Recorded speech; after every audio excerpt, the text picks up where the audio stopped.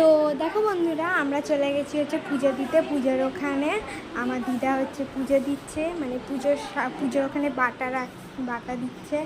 তো যিনি পুজো করছেন তিনি আমার দাদু হয়।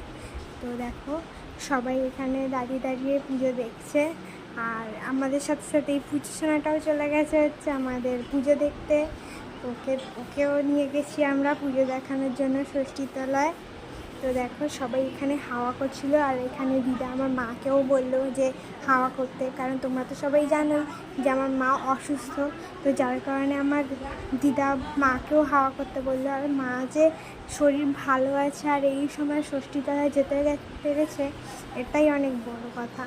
আর তার সাথে সাথে দেখো মা আমাকেও বললো দিতে হাওয়া, মানে এই পুজো যতক্ষণ চলে ততক্ষণ হাওয়া দিতে হয়। আর আমার তো মানে এই পাখা রাখতে ইচ্ছা করছিল না, আমি তো হাওয়া দিয়েই যাচ্ছিলাম। তো তারপরে মা বললো যে অন্যদেরকেও দে, মাসি বোন ওরাও আছে, ওরাও দেবে হাওয়া। আমি তো রাখতেই চাইছিলাম না, আমি দিয়েই যাচ্ছি কন্টিনিউয়াসলি, আমারও ভালো লাগছিলো। তারপরে দেখো মা আমাকে ফোঁটা দিচ্ছিল পুজোর, আর বাকি সবাইকেও দিচ্ছিল। এই আমার বোনকেও দিয়ে দিল, বোনকে দিদা দিচ্ছে, মাসি দিয়েছে, তারপরে মা দিল, দিদা আমাকেও দিল।